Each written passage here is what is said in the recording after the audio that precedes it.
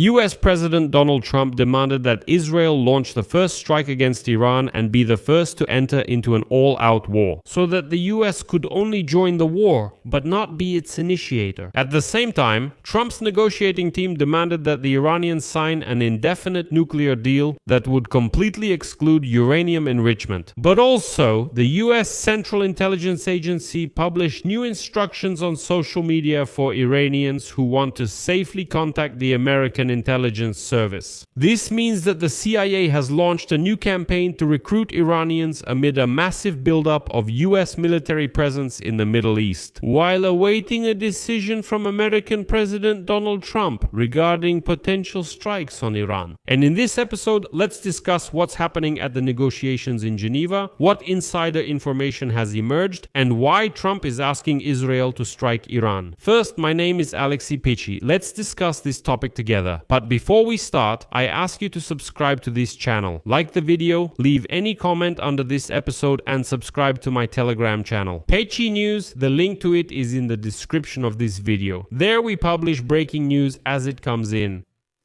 So, on Thursday in Geneva, President Trump's envoys, Stephen Witkoff and Jared Kushner, held more than 3 hours of talks with Iran's foreign minister, Abbas Araghchi, trying to achieve a breakthrough in reaching a nuclear deal. Later, the parties took a break to return to the dialogue again. And as previously reported, the talks in Geneva may be the last chance for a diplomatic solution before Trump chooses war.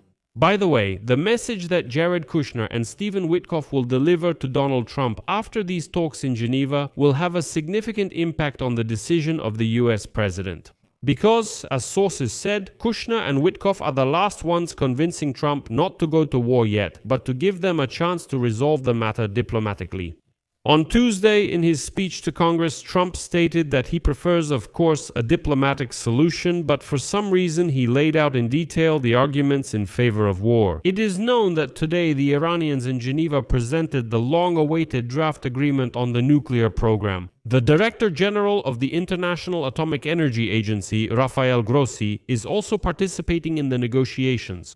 White House Special Representative Stephen Witkoff stated that the Donald Trump administration insists that any future nuclear deal with Iran should be indefinite. Quote, "We are negotiating with the Iranians and with the tribes. The principle is that there will be no provisions for the expiration of the agreement, regardless of whether we reach an agreement. Our position is that Iran must comply with the rules permanently."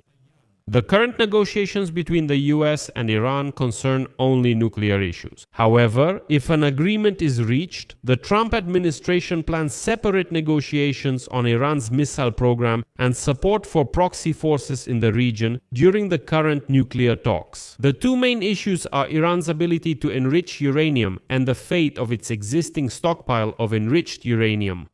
A key US demand was for Iran to give up its stockpile of 10,000 kilograms of enriched uranium.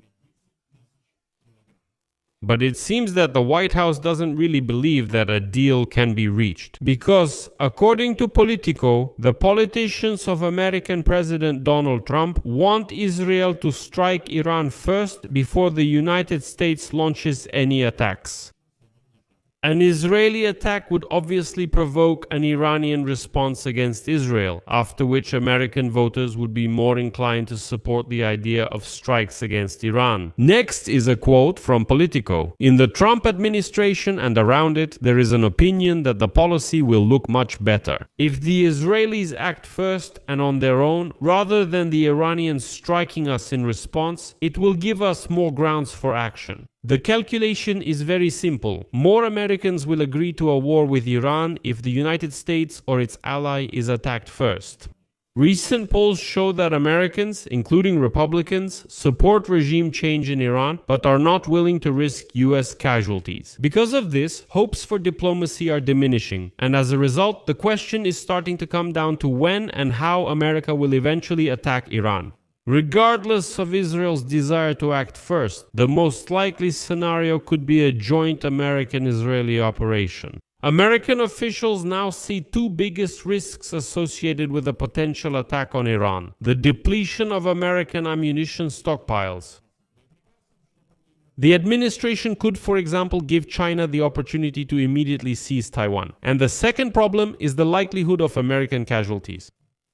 It is noted that the US has many assets in the Middle East, and not all of them are protected by the Iron Dome, so there is a high likelihood of casualties, and these are already political risks. But at the same time, the US Central Intelligence Agency has published new instructions on social media for Iranians who wish to safely contact the American spy service. The CIA's recruitment campaign is taking place against the backdrop of a massive buildup of US military presence in the Middle East, as they await a decision from US President Donald Trump regarding potential strikes on Iran. And now the intelligence agency has urged Iranians who wish to make contact to take appropriate measures to protect themselves. Before doing so, they should avoid using work computers or their own phones. Here is a quote from the CIA. If possible, use a new disposable device and be mindful of your surroundings and who might be able to see your screen or your actions next. It is also added that those who are trying to contact the intelligence agency should provide information about their location, name, position, access to information, or skills that are of interest to the intelligence agency. These individuals should use a reliable virtual private network this allows. It has headquarters in the regions of Iran or China, and it also deletes data and hides the user's address. In short, it looks like the Americans are indeed preparing for war against Iran. Diplomacy looks like a last attempt or a cover, because more and more the scenario being discussed is when and how this attack will happen. I'll leave it at that. Share your opinions and conclusions in the comments under this episode, subscribe to the channel, hit the bell, and don't forget to like. If you found this episode interesting and useful, you can support the work of this YouTube channel financially. I would really appreciate it. You can do this by making any donation or paid subscription using the links and details in the description of this video, or by scanning the QR code on your screen. That's all for now. Take care of yourselves. Goodbye, everyone. Subtitles.